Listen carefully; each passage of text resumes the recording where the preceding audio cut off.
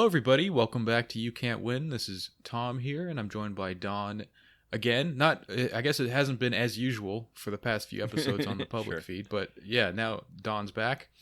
Today we're going to be doing a kind of like a recap and discussion episode about the Franklin story that we've been covering the past few episodes. Sure. Yeah, I mean, it's not going to make sense if you haven't listened to the other ones, I think. But yeah, just kind of hashing through some of the different points that you brought up because I wasn't on those episodes and seeing, if as part of like a broader sort of PTK thing, like what the sort of bounds of the debate are and stuff like that, and or like the investigation and all this kind of stuff. So, I mean, I think that we'll go a little bit from the specific to the general kind of things about like the episodes and stuff, and then what I was feeling about at the time and stuff as I'm listening and all the different things like that. And then we'll get into sort of the more big picture, big question kind of stuff. And so I guess the first thing is that I thought you did a good job like laying it out in very kind of like, I mean, sometimes excruciating because it's pretty gross stuff at times and stuff like that, right? But like the sort of Yeah. the overall elaborating what actually the different like accusations were and the different actual facts of the case and all that kind of stuff. I thought that was good. I also thought it was funny. There was a little, I mean, it's a dramatic case, but you also had a little drama there where it's like it kind of culminates to a certain extent with like the plane crash of the investigator and all that kind of stuff. It really does sort of have like a movie kind of Sure. narrative to it at times. Yeah, exactly. So, so that was. I mean, it's funny because it's a fun, interesting kind of story, but it's also like pretty gruesome in the details and stuff like that. So, I mean, it was helpful, I think, for you in terms of laying it out to do it by yourself on most of this stuff.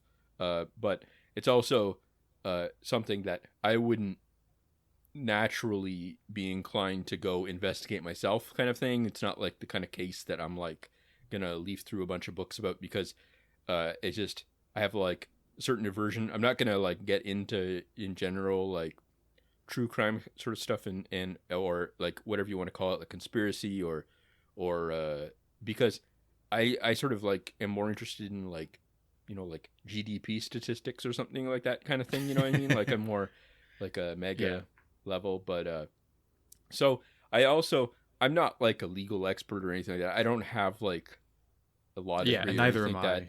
But at the same time, I do have theoretically a master's in legal theory. Like I've been in law courses at law school kind of thing, right? Like I've done a fair number of stuff in that sort of chair. So, and sort of like philosophy courses where you sort of like, it's like premise, conclusion kind of thing. So my instinct while I'm listening to this whole thing is anytime there's like a flourish or like anytime there's like the narrative fits really interestingly or something like that, I think to myself, I can't accept that as evidence or something like that kind of thing. You know what I mean? Like I kind of think like I have to be like careful about it and stuff like that. Like it's at the end of the day, it's sort of like a story like that's of stuff that happens. Yeah. It's not necessarily like, it's not like a prosecution kind of thing, right? So it is a Yes. prosecution in the sense that like we're talking about a specific set of cases, but it's not like we can get into stuff where it's like the investigators felt strange about something or something like that, or there was weird coincidences and stuff like that, stuff that like it does actually affect a lot of cases in real life, but it's also like, any lawyer listening to it as if like to actually build a case or something like that would have a lot of problems with each kind of like step of the case and stuff like that. So, I mean, the first thing that like I kind of came up with was the sort of like gut level thing. When you hear this level of like the scale of like possible involvement of like all these different national politicians and stuff like that, of the FBI sounding at a lot of points as if they're intervening against investigating kind of thing and stuff like that, or as if they're monopolizing the information and all this stuff and the all that kind of stuff. I think that like for me, I get like a gut level kind of like, well, it's not really likely that you would have this level of coordination and all this kind of stuff, and like, and also sort of like at the local level, it's not like there's people that are like maybe powerful in like Omaha or whatever kind of thing, you know what I mean, like that kind of level of involvement, but they're not really like big fish nationally or anything like that. So it's sort of like, why would they be involved? Like, does the mayor really need to be involved in a sex ring or something like that kind of thing if it's just a mayor in some like local town and stuff like that? But it's funny because if you take a little bit of a step back and you kind of go, okay, like look at like what happened in the Catholic Church or like any other thing, like if you look in the last 10, 20 years, there's been similar things within the Mormon church. There's been similar things within evangelical churches, ultra-Orthodox Jewish communities and stuff like that.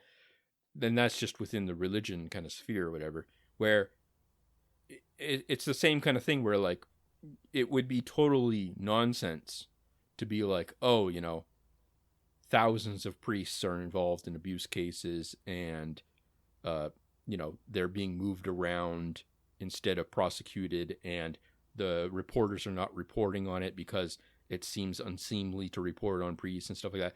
Like, it doesn't pass the smell test until you find out that it's actually true. And yeah. I think that is sort of part of it for me, where it's like there's such this like overwhelming like mess that's there, that it's like, what's going on? You know what I mean? Like, that's the sort of issue. And then you're kind of like, well, then wouldn't anyone be interested in a really deep investigation in that if they were like lived that experience or something like that? Like if you're a parent or if you were like a local official or something like that, wouldn't that be a big deal? And if parts of the case fall apart or parts of it become skeptical or something like that, it doesn't seem like you would have the same kind of step away of the FBI not being interested at all or anything like this and stuff like that. So, yeah. That's sort of my initial sort of like wave of feeling about this kind of stuff. So, yeah. Yeah, that makes a lot of sense. I think for me, I get what you're saying, but when I started to kind of put all this together, I really like turned off a certain part of like that whole smell test thing that I kind of turned that part of my brain off, and it was just like, what is the clearest way to present the information that tells the story that, you know, that Nick Bryant, I primarily used the one source, right? Nick Bryant. So I took his work and tried to summarize it, essentially. There's a lot that I left out, honestly. Like, as gruesome as the details that I did put in there were, there's a lot I left out. Sure. Especially like in terms of like legal stuff, because I just don't have the fluency with that world. So I kind of left the whole grand jury itself could go like a whole 6 episodes itself. So I kind of left that as just like the conclusion of it. But yeah, for me, it was more just like, what is the case that people have built against the sort of like, oh, it's all a hoax kind of a thing? Because to me, that also doesn't pass the smell test. Sure, for sure. You know, so it's one of those things where it's like, there's the official story, which doesn't sound right, but then there's like the kind of popular alternative, I suppose, it also sounds like there's something wrong with it too. So that's where my interest comes in, to kind of see like, well, what do people actually say about this, and what is worth saying about it in terms of like in presenting the story. So there's certain things I leave out just because it's like unnecessary to get to drive the point across. Like, for example, there's a whole section in the book on Boys Town that I just didn't really get into much at all. Yeah, I mean, there's only so much you can even cover in a few hours, and I think that like, unless the podcast became about that to like an incredible extent kind of thing, you're not going to do like, you know, 10 5-hour episodes just about one aspect of the case or something like that, unless, you know, there are certain ways we could do that, but it's sort of like, it makes more sense, I think, in the way that you did it, to lay out enough that there's sort of like there's a bit of meat on the bones kind of thing. Like you've got the basics that of what interests people and why it doesn't really make much sense in the way that of like the idea that it would just be all sort of like a hoax and all that kind of stuff. So let me just add one more thing about kind of the way that we did this. So I'm sure you remember, Don, we originally recorded an episode that we haven't released where we talked about this, but we kind of,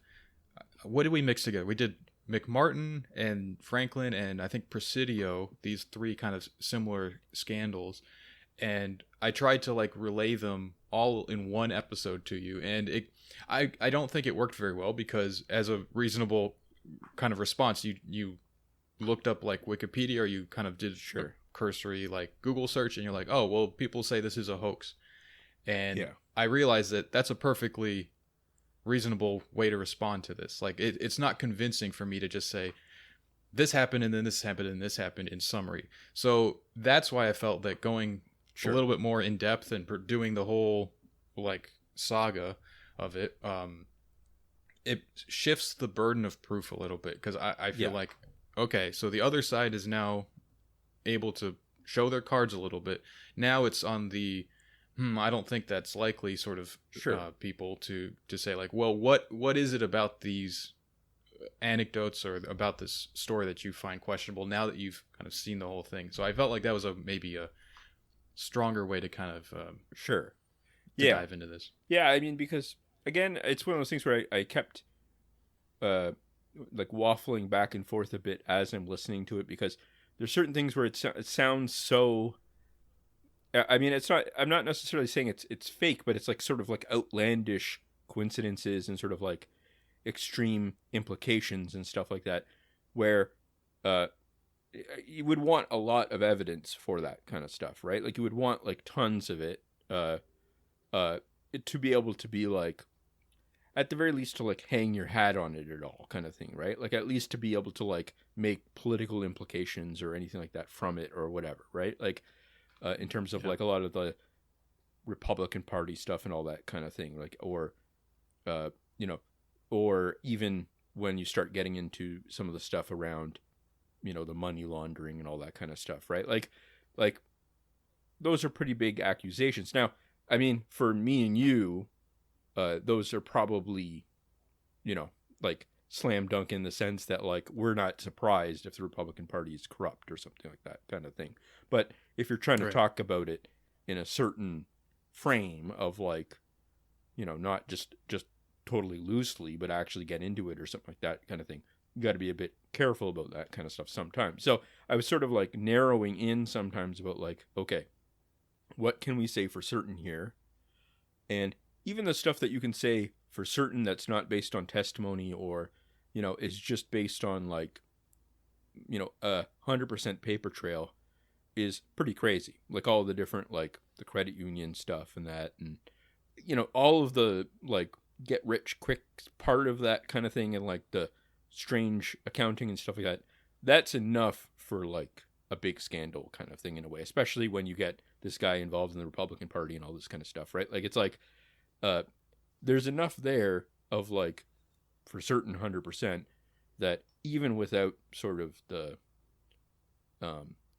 sex crime stuff and that there's something again to sort of like hang your head on to as like a basic kind of structure of the story where the idea that like it's all fake to some extent, like I know that like even in the official story a lot of that stuff is still considered like crimes and stuff like that, but it's like there's enough of a thing where if you narrow in too much, you're missing all of these weird confusing connections, you're missing all of the different accusations, you're missing the testimony of people. So if you only focus in on the paper trail 100%, you're missing a lot of the case because it's like the overall effect. Now for a prosecution, you're not supposed to do that kind of thing in the sense of the overall effect is not what you can't like put someone in jail in general for the overall effect, right? But for politics or for like an opinion, that's fine. You can be like, well, these guys are crooks. For your personal understanding. Sure. Right. It's yeah. So, I mean, when I'm listening to the testimony, I had to stop it a lot and take like breaks and stuff. And part of that was because when I'm listening to the testimony and stuff, I get like sort of doubtful at points where it's like, well, there's too many back and forth. There's too many retractions. There's too many like confusing statements and stuff like that. Where thing, but the problem is you don't want to tune it out, right? You don't want to like stop listening and not try to make the connections in your head between the different testimonies and there's so much involved in those testimonies in different ways where it's like as you make very clear, like the contradictions that come up or like the recanting of some of them and stuff like that, there's still too much there that seems weird, you know? Like there's too much right. there. Like even if you just focus on the behavior of the the legal authorities, the the law enforcement, the newspapers, like it doesn't need to be in concert necessarily, but like in terms of like some guy hatched some master plan and is like directing all of this from some like secret room. Yeah. It's just that they, there's certain kind of friendly relationships between people in different places and they're kind of doing favors for each other. And it's like, it definitely, even if it let's say that it was completely a hoax, the way that they responded to the hoax is still it was unjust, like Sure. like you can, even if you want to assume that the victims are all liars and they're just trying to get money out of people, the way they responded was criminal. Sure. Really. Like I think there's a lot to be gained from hearing the kind of blow by blow account of it, and then you can't dismiss it, but you also can't just easily accept some story, or some version of the story either with like without reservation. Like there's, even if you want to believe, say, the victims, you can't fully like just trust their testimony because it's like from the outset a little bit unreliable. The people are kind of messed up. It's messy, like real life is messy. Exactly. Which in a weird way it almost lends like some persuasiveness to the argument, I thought. Yeah. And I think that like even the response to the idea that it was a hoax or something like that, the way that as we're talking about it, a lot of like common sense, I think, amongst the general population depends on this idea of if there's contradictions or messiness or problems with the way that the cases proceeds and all that kind of stuff, or political implications that you don't like or something like that. You got a lot going on in your day and stuff like that, right? Like you can maybe be like, certain people might get interested in this kind of stuff, but in general, it just sort of washes together with a lot of other crimes and assumptions and stuff like that. If you hate the Republican Party and you live there or something like that, maybe, I'm not even saying like if you're left wing, you could be like, a conservative that thinks that all politicians are crooks or something like that. You can sort of integrate this into your worldview to some extent of being like, well, these guys are crooks, but you're not going to take necessarily steps beyond that kind of thing, right? Like you might vote for a populist right politician or something like that says they're going to get rid of a lot of these people or something like that. There might be like things you do in your life, but if there is some sort of coordination to sort of suppress the story in different ways, or at the very least to make the political implications somewhat limited, in different ways, then really you don't have to do as much as maybe people think sometimes, I think, or something like that. Like it doesn't really matter if people are looking into the case that much or something like that, if there's not then 10 steps down the line of we're getting rid of these networks or something like that, or we're getting rid of these crooks. If there's enough confusion and stuff like that, or if there's enough like muddying the waters and all that kind of stuff, then it's sufficient to allow the mess to sort of float there, especially because we're talking about if in sort of like the meta narrative, like the super narrative here, we're talking about a local instance of networks that depend on these little local sort of like I'm not sure what, like local messes, I guess, kind of thing, to fund other things and stuff like that, right? Like the credit union is not really as interesting if it's just a credit union crime in one area that one guy exploited or something like that. It's more interesting in terms of like, well, are they using that money for operations? Or are they using that money for funding political campaigns and stuff like that? Like, that's where you start to get the tentacles kind of part of it, you know? Mm-hmm. And for my part, like you were speaking about like plugging this into a political narrative. I think my primary interest about this stuff is not actually the politics necessarily in this kind of like notion of who are the bad guys, what is the shape of their organization that, you know, it's more like I don't know, it's a little bit closer to something of like an interest in how venal human society actually is, like how much of a how much behind the veil can we see by looking at this sort of stuff to see how power actually works. Like the most interesting things to me about this case are things like at the street level, it operates by Troy Boner inviting other teenagers to a party and the way that he sells it to them. Sure. You know, like that is the ground level, like the atoms that make up this whole thing. So while it's interesting to see the, like zoom out and see the whole structure as best you can, like it's obviously very foggy and difficult to get a clear picture of it, but I think it's very interesting to go like bit by bit and to see those building blocks, and it just does, the tower doesn't, you never get to the top, it just keeps building, and your ability to maintain the story you're supposed to believe dissolves the more you learn about it, you know? For sure. Yeah. It doesn't mean that you are uncovering a truth that now you actually know what happened. It just means that the truth that you're supposed to believe dissolves away.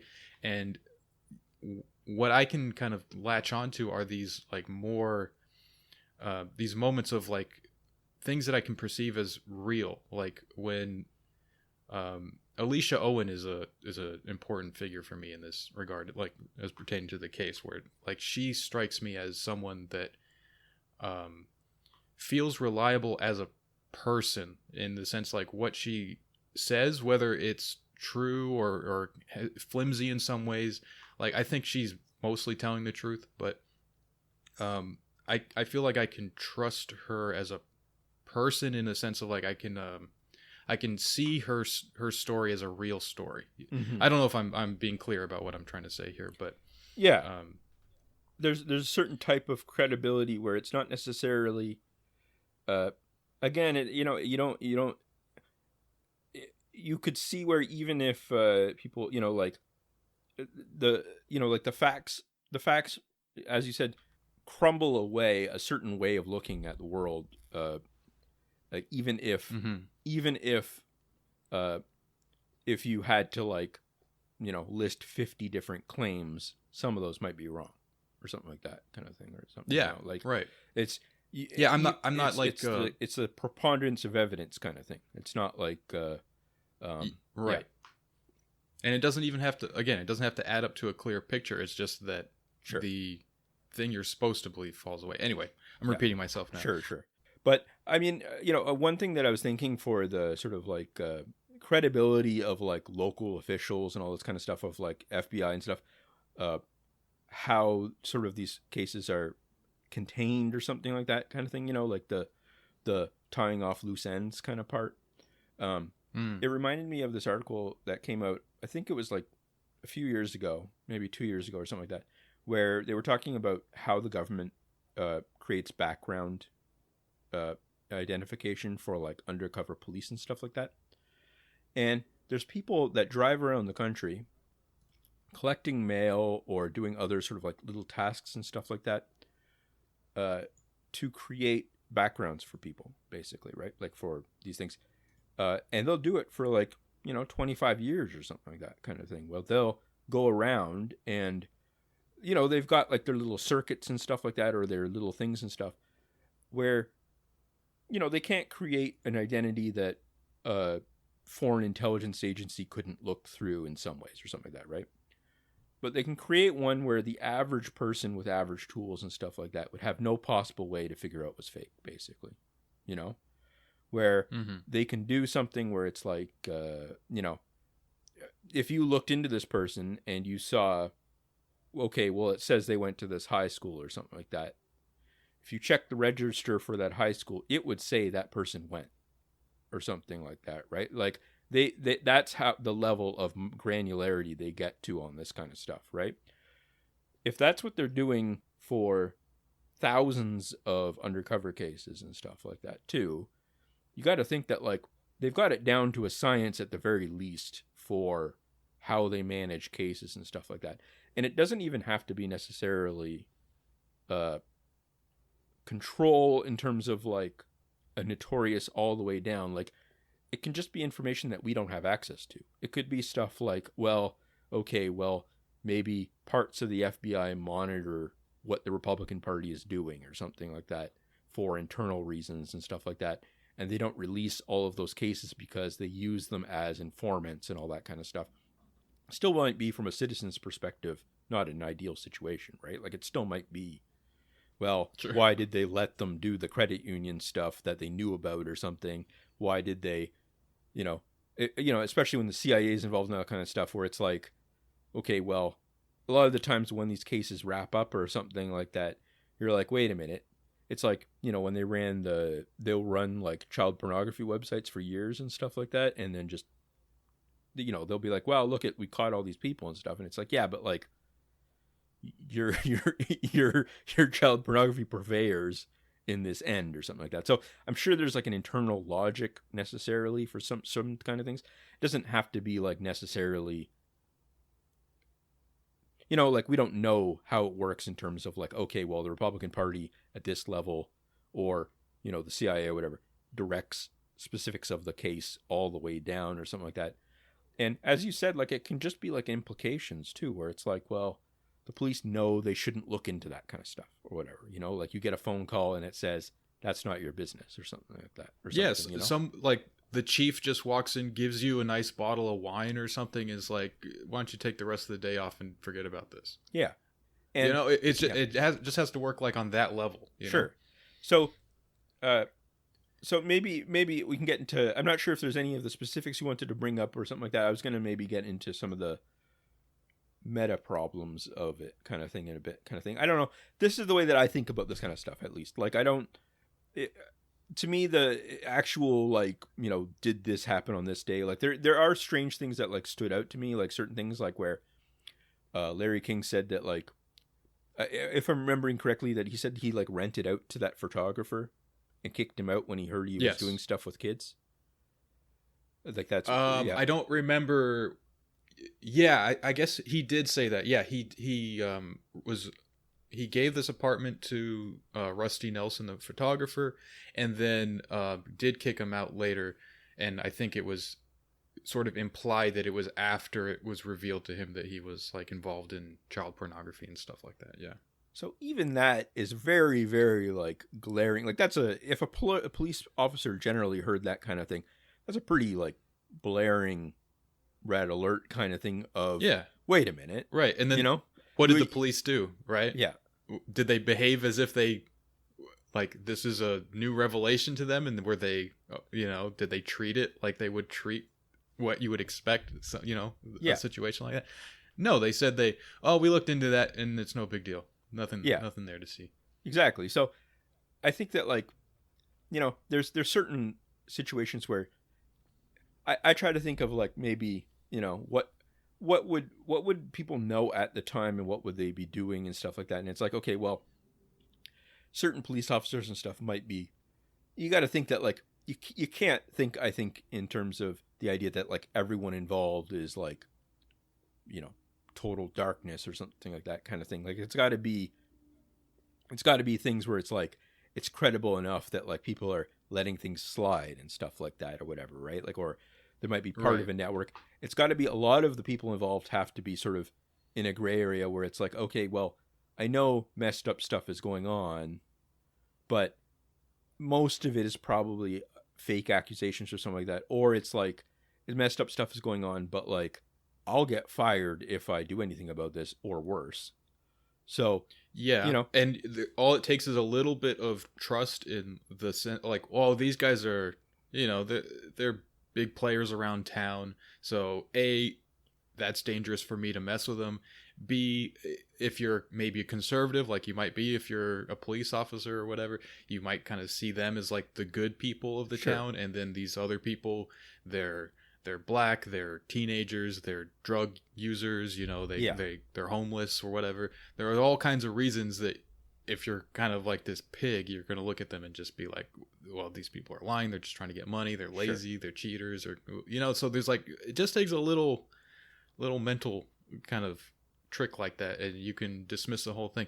It reminds me, there was this thing in Japan it's one of the most horrific, one of these kind of like true crime type of cases, but it was these teen boys that kidnapped a teenage girl and brought her back to one of the boys' like house, the parents' house, and they kept her in his bedroom.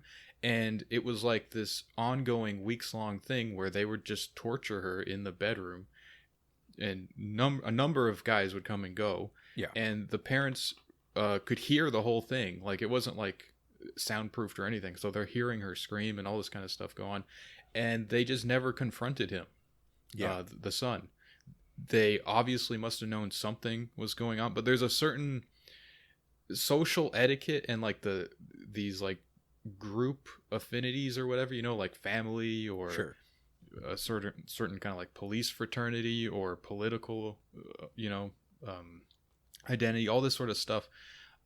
It will mess with your mind, I think, on a certain level. Like, you don't necessarily know that what they're doing is, what they're doing is wrong, but you don't know to what extent, and you don't know if you should be putting them in trouble. You kind of are like, well, that's my son, or that's my buddy, or there's all kinds of games you can play with yourself to just let things go on, because it's on some level it's in your interest to do so. It's scary to want to confront that. So again, for me, it's like a comparison again is like the Catholic Church stuff. If it were like, say in the 80s, like not after, at the very least, not after like the Spotlight series in the Boston Globe and stuff like that in 2000, 2001 or whatever, whenever it came out. It's not like, I'm not saying that like once it's like a national scandal to like an extreme degree and like everyone is sort of like the general mood shifted on it kind of thing, I think. Even though, I mean, within the Catholic Church, I think that like a lot of people don't believe it in the way that like there's still a lot of denial, I think. But like in terms of like the 80s or 90s where it's not at that level yet, and there are people looking into it or accusing people, but it's not like it hasn't reached that sort of like ideological tipping point kind of thing within the general population or whatever. If you were just told about it, it wouldn't make sense at all. I mean, it wouldn't. You would go, okay, what's reasonable here, And you would say, well, okay, so you're saying a bishop, abused dozens of kids or something like that, like just as a made up example, whatever, right? Like, okay, well, he has staff there. Like, he has people around him all day. He's seeing people all day. So, like, like just dozens of people, whatever. Like, he has dozens of people who report to him that could just tell you that they're doing that or whatever, right? Like, he's in a position of authority and respect in a certain way that if something were untoward, people would say something. Like, it's not like if a manager of a business abuses someone, like, it's not, like if a restaurant manager abuses someone, it's not going to create this sort of scandal that someone that's not supposed to be having sex at all is going to cause and stuff like that. So there's certain plausibility things, but we know that it actually did happen, like we know that these things really did happen on like an industrial scale, basically, kind of thing, So I think that's part of it too, where it's like we have this, it's not necessarily a bad thing, but like a tendency to believe the best at a certain level about like people in general, unless like about like certain cases and stuff like that. And not I mean, maybe we still think that like they're crooks in just general ways, whatever. Like, I'm sure there's tons of people that don't like bishops and stuff like that, right? Or heads of financial institutions and stuff like that, obviously. But like there's that underlying thing of like, okay, well, what's the, what's the case here? Should I get involved? And that, I think that is like one of the takeaways for me in this kind of stuff, where it's like, there are moments in this case where, like, say, the parents get involved in different ways and stuff like that, right? Where it's like they've got like these committees and all this kind of stuff that they put pressure on, and there are like news stories that float around about it and stuff like that, and different accusations and stuff. There are like semi-objective kind of people involved in different ways and stuff. But as soon as they can kind of put enough pressure to tie up the loose ends in different ways, I mean, that's what it seems like, that starts to fall apart and stuff like that. And I mean, even those kind of like citizen involved actions and stuff like that, I think that like we're rightly skeptical of them a lot of the time anyways, because it's like look at right now when you've got like a lot of parents, right. You've got tons of parents showing up being like, well, critical race theory or whatever is being taught to our kids to like teach them that like America is like a slave state or whatever kind of stuff, whatever. Right? Yeah, like, I saw this video recently about like this lady who was big in the anti-vax movement, and she was describing what she was kind of implying was like intimidation and stuff, like someone was breaking into her house and like moving certain objects and around her room and stuff and in her house, and like that didn't have any explanation, and that this security expert she hired was telling her that these are messages they're sending and all this sort of stuff. Yeah. And it just sounds very similar to what some of the parents in the I think it was called the Concerned Parents group were reporting, just really prankstery kind of stuff. Yeah, and I don't think that's necessarily like in Canada we get a lot of this stuff too, obviously with the anti-vax stuff, or not necessarily just that movement, but like just different, there's certain different like things where these accusations bubble up for Trudeau and like the Liberals and stuff like that. At this point it's somewhat functional, like for both sides it's sort of functional, where he likes to be able to stand up to them in different ways and stuff like that. So yeah, it's sort of a wrestling kind of a dynamic, like the heel and the sure. So I mean, even you would think, like, if you're thinking in terms of like loose ends, you would be like, well, why are they fine with like parents holding these protests and stuff like that or whatever, right? Like in terms of loose ends, you would want the whole case to be airtight. But if they know at some gut level or whatever, or just through statistics, whatever, that it never reaches a crescendo of most people involved getting in trouble, well, then there's not the, it's fine if there's a little bit of wacky parents complaining or something. Yeah, like it is airtight because they control the levers at each point, right? Like, sure. Larry King shows up to the GOP convention and the president is there and he's like, get this guy out of here. So the Secret Service escorts him out, and the next day he's in front of a judge declaring him mentally unfit with no evidence or basis for it. He just gets declared mentally unfit and he's locked away in a mental facility. And what are you going to do about it? Sure. It went through all the legal channels. It's a legal truth now. And there's no one to appeal to. Like they know what they can do. Like it went to a grand jury, for example. That's because that's more, it's easier to manipulate a jury in that way. I don't know if I went into that in the in the series, but Bryant makes a case for the grand jury, and I think actually Dave McGowan talks about this too in Program to Kill, where the grand jury, it's very easy to be selective about the evidence, mm-hmm. and to present like you can easily manipulate the kind of version of events that the jury sees. Mm-hmm. So that's just like one example of they know how to do this. Like they didn't get into this. It's not just like they're a bunch of wild-eyed like psychos running around and just sort of like after the fact kind of cleaning up. Although it is a little bit like that. I think it's fairly anarchic, but there's very firm like security measures of like, sure. Well, we can be loose and sloppy on this level because if it ever actually gets to the next level, all I have to do is like pull this lever, and then that's done. And we Yeah. only have to do that every now and then. So even if it doesn't look good at the time, we just get a fall guy, and then it's no big deal, you know. Sure. So King this time, Epstein another time, you know, Yeah, whatever. exactly. Every once in a while it slips out, but world keeps turning, you know. Sure. Yeah, I think that like so I thought I would bring up like two, you know, we don't want to go too long, but like just like the narrative problems that sort of things like this that I don't know, sort of stood out to me that I wanted to bring up. One of them is like I called like in my head like the Hollywood problem, which is that like in a movie, like say you got like a movie about like 80s villains or something like that, like a comedy movie or something like that, right? In that movie, you need to like say like the guy is like an evil boss of the company or something like that. You need to show him doing something like spitting on an employee or something like that kind of thing. Like, Yeah, right? yeah. It can't be just business.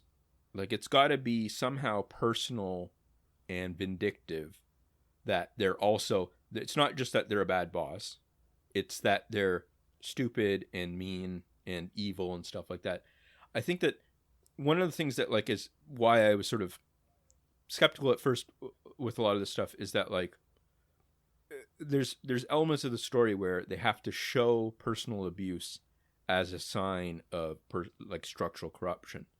And like the fact that there's all these like sex crimes involved and stuff like that, to me, like they can't just be murderers, they have to be torturers kind of thing, you know? Like they can't just be a credit union stealing money. There's got to be funds for criminals and stuff like that. Even that is not enough. It's got to be somehow these people are doing things that are beyond the pale of, it's not just business. It can't just be the Republican Party stealing money and all this kind of stuff or whatever that the grander implications might be.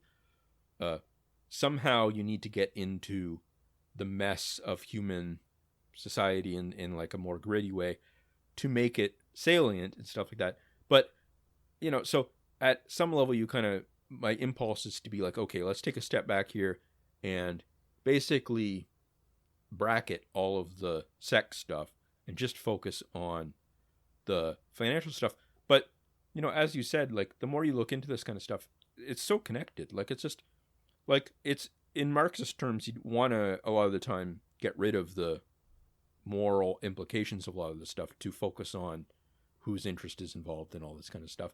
But really the sense that you get is that like, even if it's not like, you know, even if it weren't abuse, right? Like even if they were just visiting, you know, prostitutes and stuff like that, in parties and stuff like that, in a way that like, maybe it's not morally upright, but it's at the very least, like it's not like a child abuse or something like that kind of thing. Even if it were there, it's inseparable. Like it's not, you can't just focus on the economics of it. Like there's obviously some sort of, like the parties that are involved, the, you know, the blackmail that's involved, the stuff like that.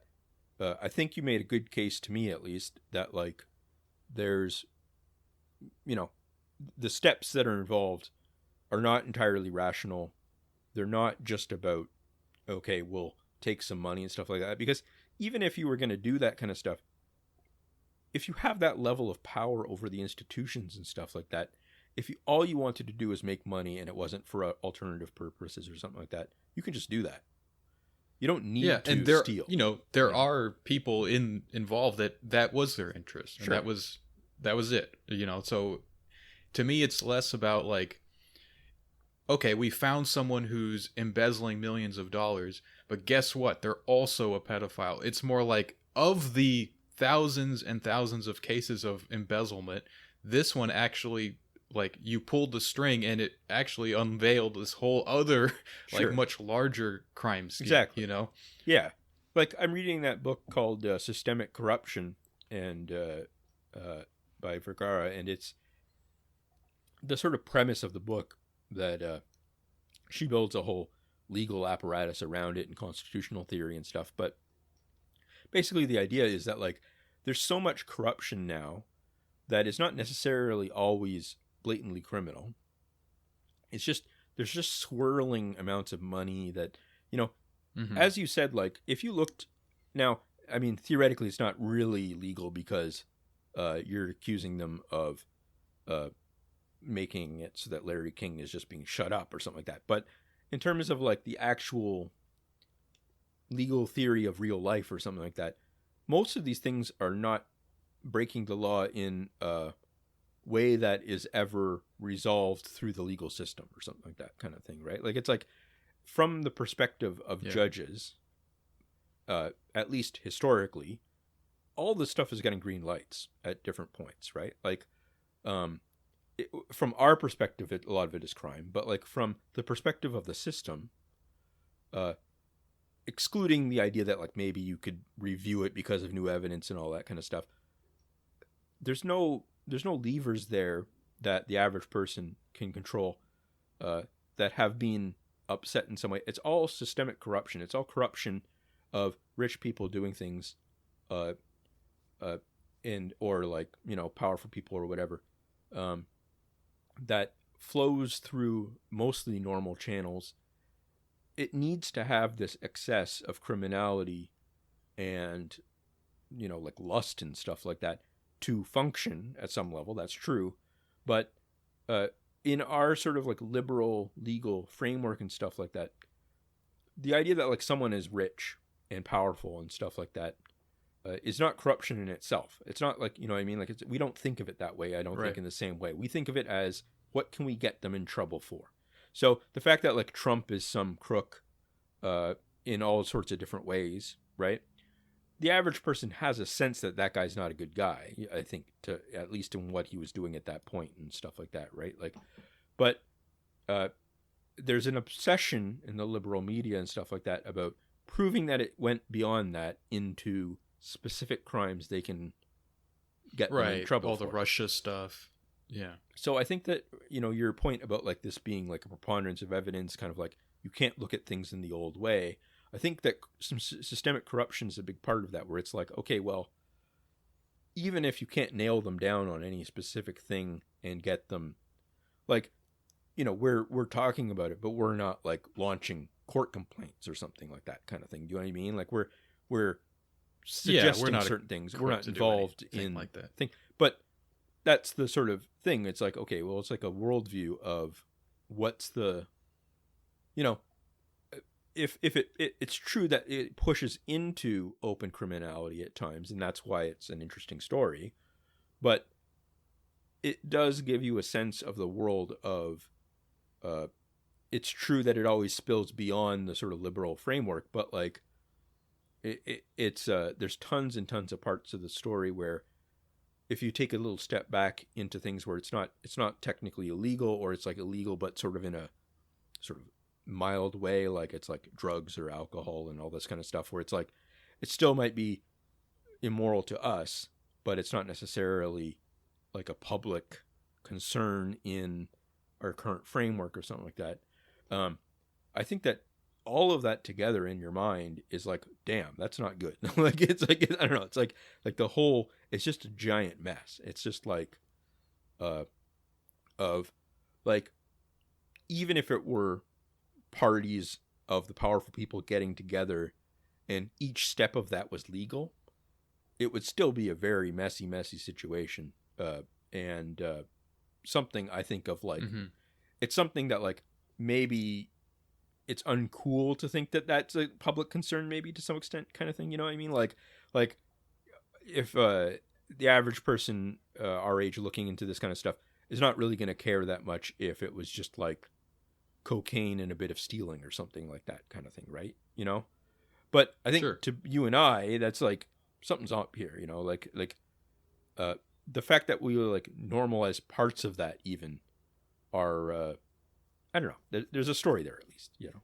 like there's something there. To me it suggests the nature of power, at least as it exists in our society. Like I think, you know, you were talking about like it's not a crime to be a rich person. Like that's not indicative of corruption in itself in our sort of consensus framework that we live in.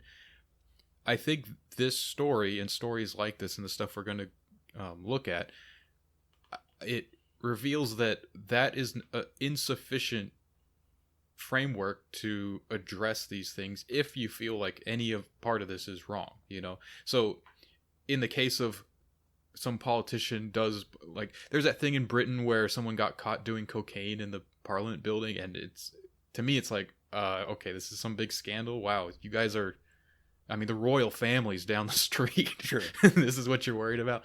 But that, in a very small way, has certain implications and kind of suggests the nature of what it means to be a part of the ruling class or adjacent to the ruling class and all that kind of stuff. Yeah.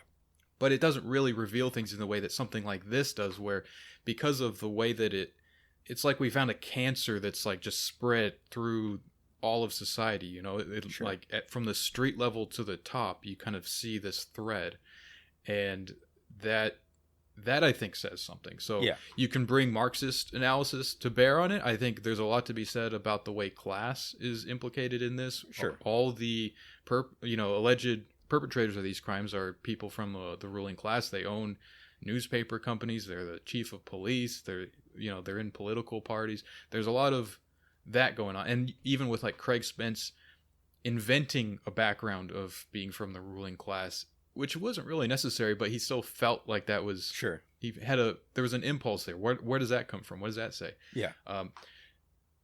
And all the victims are people from, like the working class or the underclass, whatever you want to call it, right? Like they're working class families or homeless people, or from orphanages. They're there to be exploited by the ruling class, and that doesn't always and only come out in terms of labor relations. It's not always about Sure. putting someone to work for a wage. It can, although actually in some cases, even in this, it did show up like that, where they were like running drugs, and the pandering, like there's a certain, that is kind of just a business with Sure. employees and all that sort of thing. So in a certain way, it weirdly parallels that. Sure. I think there's a lot to be looked at there, whatever perspective you want to take. Sure. I think that go ahead. Sorry. I think you're right, and I think that I think that there are certain people, especially in the sort of like mainstream part of the left and stuff like that, where their theory of change kind of thing is we get as many people together, we elect different people, maybe we do stuff with like unions and protests and stuff like that too, but they're part of this sort of like wave of people that are going to get put into these institutions that already exist generally, like Parliament or Congress and stuff like that, the presidency. Once we control those institutions, we can start to change society in some ways where, maybe there's corruption in the elites in all different sorts of ways. Most of what they're interested in that is the economic side of it, or greed in some sort of clear way. It's not like the lust part of it as much. But, but that's sort of the sort of basic arc kind of thing. It's like, okay, we'll elect someone like Bernie Sanders maybe, or a bunch of people in Congress. It might take 20 years. It might take 50 years. That's sort of the arc.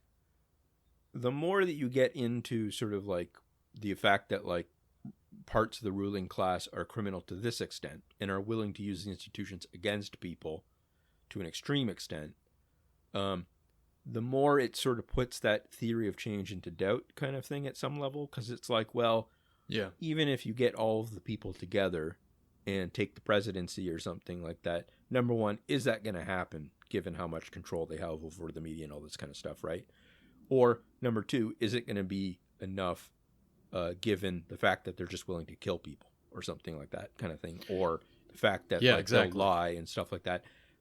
I think that because it puts that theory of change into doubt, even people who hate the ruling class in other ways are not willing to sort of countenance a lot of this stuff and get into it. And I have a part of that impulse too. I'm not saying that like everyone is being deluded about this, but I do think that like any basic left-wing program, even if you're not someone that would look into this stuff on your own or something like that kind of thing, you need to be at least aware of the the level of the debate kind of thing, or something like that kind of That's thing, exactly my feeling. Yeah. Sometimes I feel like my criticism of this style of politics you're describing would be like, you don't believe what you are saying society is like. Here's evidence that it is the way you are saying, but your actions don't mirror that or don't reflect that. Like if you say that our society is, essentially boils down to two classes: a small class of people who have essentially enslaved the rest of us as, as slaves, right? They don't think of us as peers. They don't think of us as as the same. Like it's like a farmer that has a bunch of sheep. Like you don't see yourself as one of the sheep. They're not your friends. They're there to perform a certain function for you. They serve you. Yeah. That isn't just like, oh, they like cheated you on a contract and they're not paying you enough and they should actually like pay for your health care too. That is not the picture that gets painted if you take that logic to the, if you kind of touch down on reality with the logic of there are two kinds of people that live in this society. There are people that will they will just take your life and consume it. Like they're happy to do that. And on a mass scale, they will do that with an entire community. Yeah. They will just suck the blood out of it and move on to the next one. Sure. They've made the decision to exist this way. They have the ability to do it. And they said, yeah, let's go for it. It may not even cross their mind as that's a problem. In fact, I think in a lot of ways, they see this as moral superiority, like their ability to transcend whatever kind of like maybe resistance they have to that in their soul. They kind of see that, well, I can get over that and put my will to power and all that sort of stuff.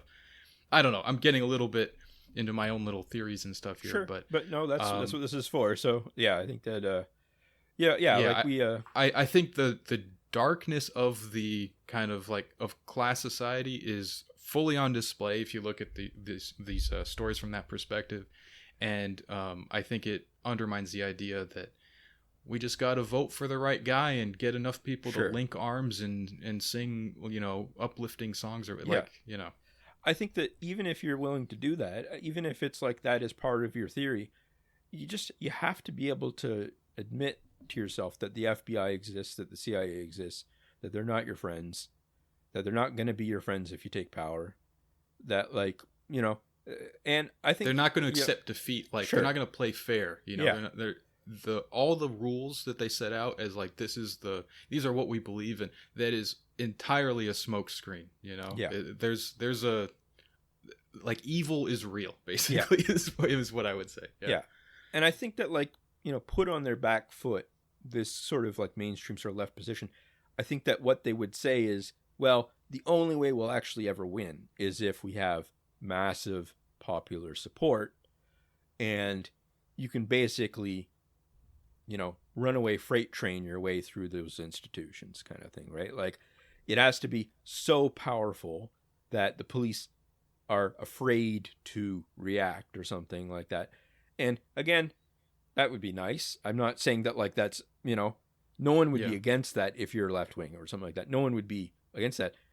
I think that like reality tends to be much closer into the gray area of, even if you're able to master that situation of massive success from one framework, you're probably going to end up having some paranoid response to that situation like Stalin did or something like that, or like it's just probabilities. It's just like, what is the likely outcome of having certain types of institutions in society where thousands of people involved are fighting to the death against you, basically, And I think that like I understand why it's nicer to some extent, and it's not even nicer. It's true. I mean, it's true to some extent that like we've got a certain amount of freedom right now to be able to do stuff like, me and you talk about this, or, you can do stuff like tell people you're socialist and organize on that basis and stuff like that. To me, that still wake up the next morning. Yeah, exactly. So it's not like it's not black and white. But but Right. it's a lot more gray than the idea that like progressives winning a few elections are going to be the decisive moment kind of thing. So, Yeah, I mean, I know it's a little bit of a like cliche, but who was it? Who said this? The like, if voting changed anything, they'd make it illegal. That sort of. I think that like people say that it's Emma Goldman, but it was someone else or something like that. That's who I was thinking Yeah. of. Okay, yeah. I mean, I know it's trite. I'm not really like putting that out there, like just saying Sure. that flatly. But there's that kind of that idea. I think is definitely at play, and like Sure. is worth considering. The Yeah. idea that the fact that we can talk about this, and the fact that Nick Bryant can write a book about it, and it's published, and nothing really happens. It says less about, oh well, wouldn't they want to stop that? What do they care? Like if the Sure. story says that when people come out and actually like even just attempt to like sue someone, their life just gets destroyed, and Sure. all you have to do is destroy a few people's lives who are already like teetering and barely functional already. Like that's not hard to do. Sure. It's, I mean, even you and I, if we really wanted to, could do that, but these people have a lot of resources and Yeah. a lot of like reason to do it. So Yeah. yeah, there's a certain measure of like where what we're doing by in talking about this and looking into this is less it's less effective than the kind of leftist style politics that you were describing, actually. Sure. Like the electoral politics. Yeah. Talking about this doesn't do anything. Sure. No one's going to do anything from hearing this. I just think it's interesting to consider this because I think it says a lot about the world we live in. Sure. And the true nature of power and what human beings mean to each other in this society. Yeah, I think it's sort of what you said reminded me of sort of like Noam Chomsky saying that like the U.S. achieved its war aims in Vietnam kind of thing, where it's like, okay, well, you look at the Vietnam War and from a certain leftist perspective, you can be like, okay, well, the communists won, basically. It's a huge success from some levels of, a country standing up to a great power and all this kind of stuff. That's one way to look at it. The way that the United States planners, to some extent, probably look at it is, and I think that even not just that, but I think like a general sense amongst a lot of people, especially in the United States, is that like, okay, well, if you try to have a socialist revolution, they're going to empty a bunch of planes of bombs on you. And thousands of people in your communities are going to die. You're going to have to deal with a wrecked economy for 30, 40 years before you even get like sweatshops going. That's not a fail. Like that's not like a total success, right? Like that's not like you might win in some sort of like psychological, like your flag is the color you want kind of thing, right? That is not nothing. That's like, it's similar to like, overthrowing slavery in the United States, where it's like, you can't say just because black people had a terrible time after slavery too, that's still a success. It's still an amazing success to overthrow slavery. It doesn't mean that things are good. It doesn't mean that the average black person then says, okay, the way that we win is by standing up, and fighting back and stuff like that.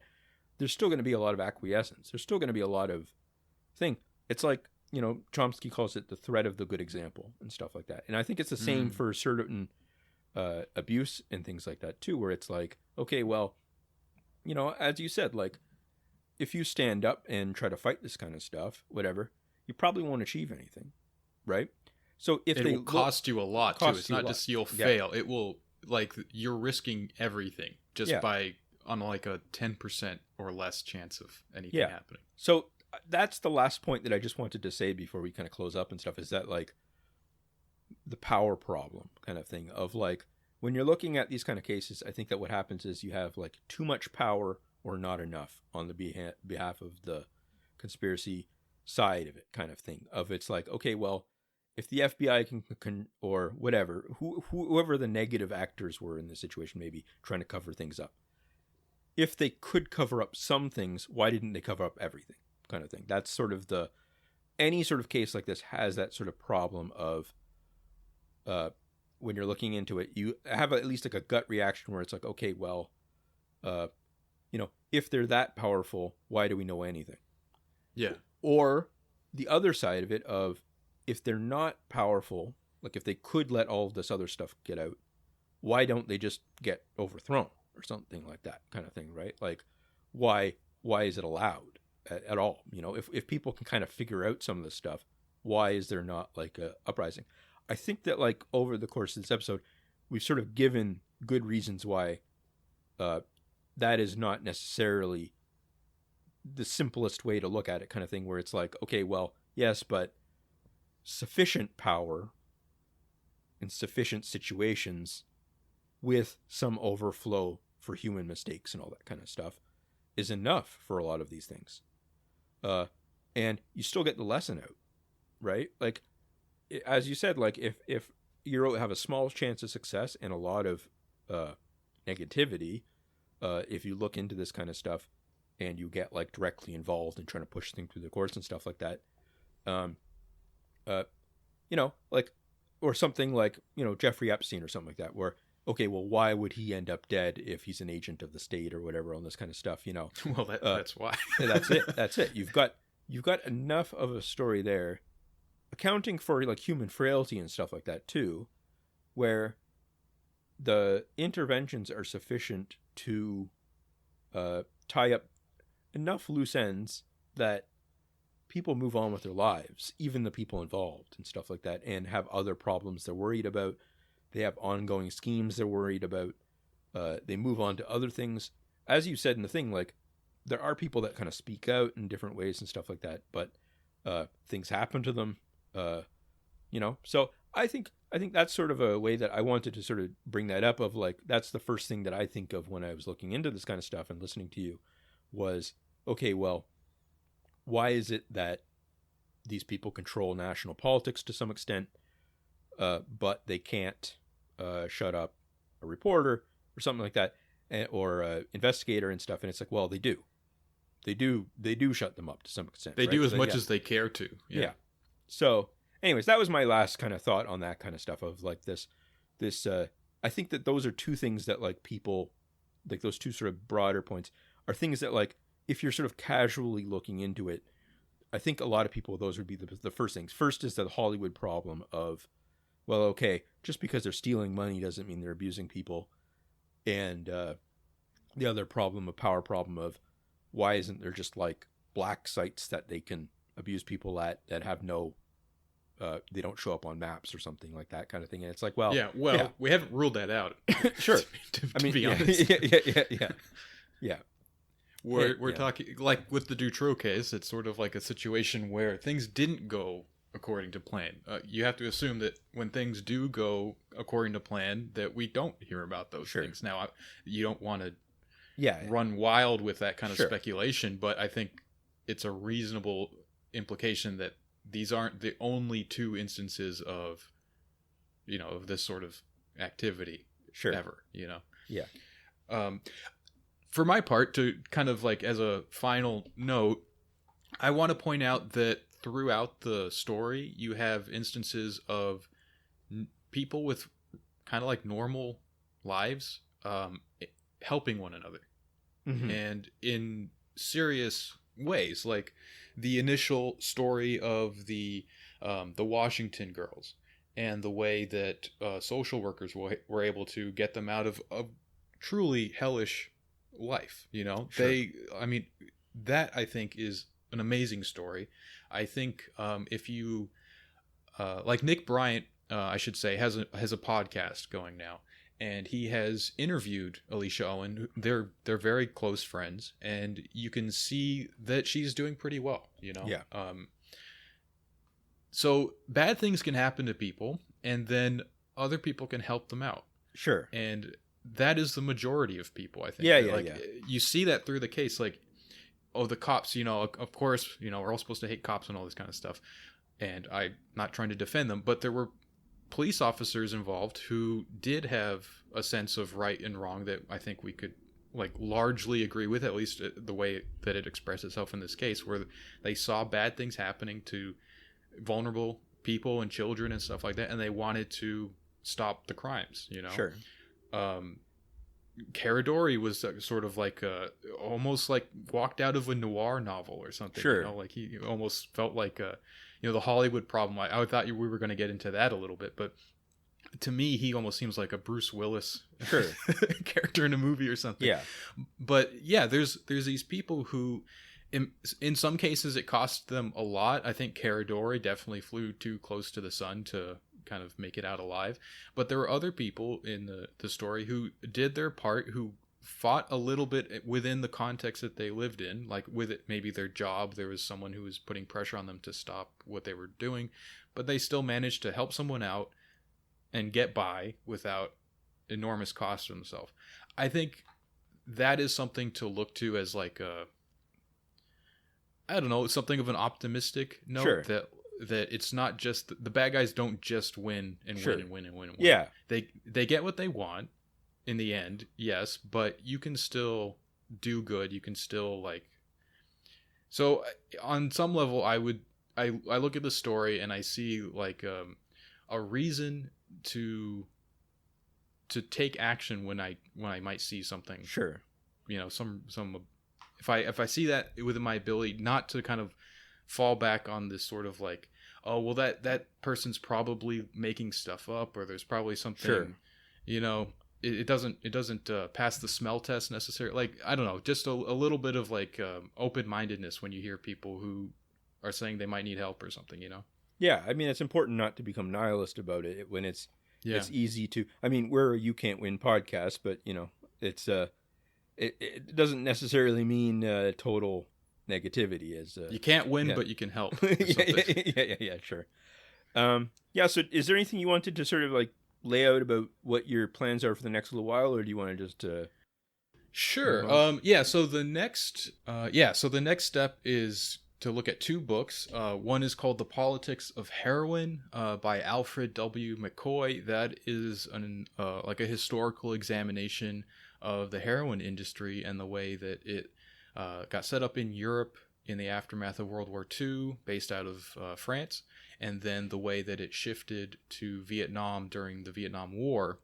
I think that is fairly significant for some of the stuff we're going to be looking at. And then sort of alongside that, the Phoenix Program by Douglas Valentine.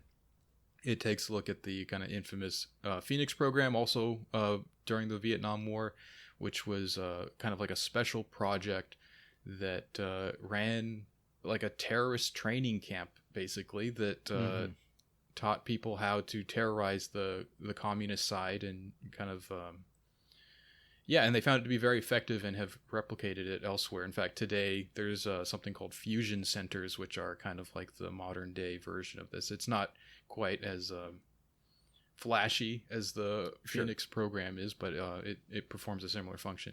Sure. So yeah, we're going to take a look at those two books. I think one of us will cover one and the other will cover the other. Okay. Something along those lines. I don't know. We'll figure that out. Yeah. But yeah, and then after that, we will finally, I think, dive into Program to Kill itself and start to look at some of the cases that he lays out for serial killers being programmed assassins. That's his basic thesis. So that obviously doesn't pass the smell test to any rational person, I think. But you build up enough of this context, and it's not quite as crazy as it sounds. I'm not saying that I necessarily believe it or disbelieve it. I'm pretty much just looking at facts as I can, or looking at the case, right? But I think it deserves a little bit of context to examine these things before you just say like, oh well, I don't believe that, or yeah, that's 100% true. Well, you know, to really make a serious decision about that, I guess you need to look at it in this way. So yeah. Well, I don't know. That sounds interesting. I think that I think this first like swipe through things kind of thing, like through one particular case, really did like a good job, and we're I don't know. I'm excited. So we'll see how it goes. I mean, it does feel weird. I mean, to some extent, to be excited about abuse cases and stuff like that. But I think that like that's if this podcast is anything, it's that kind of thing. So yeah. So yeah. Well, thanks for that first thing. I don't know. We'll see. We'll see how it I goes. had a lot of fun doing it, even though it was pretty hard to like. I had to like really take breaks in between. Like, I wasn't able to just kind of, do it all in a couple weeks and release it all at once. It's just kind of hard going. Sure. Just given the subject matter, but I feel like I learned a lot in putting those episodes together. I hadn't done any kind of like solo scripted sort of podcasting before, so that was like first attempt at that. I feel like I learned a lot, and hopefully I'll do, get better and better as we continue to do this sort of stuff. Yeah. So anyways, why don't we wrap it up there, I think, for today. Is there anything else that you want to say, or is that No, that's good. Yeah, I think we covered it. Good. Okay. Well, well, thanks for listening, guys, I guess, and we'll talk to you soon. Yep, see you later.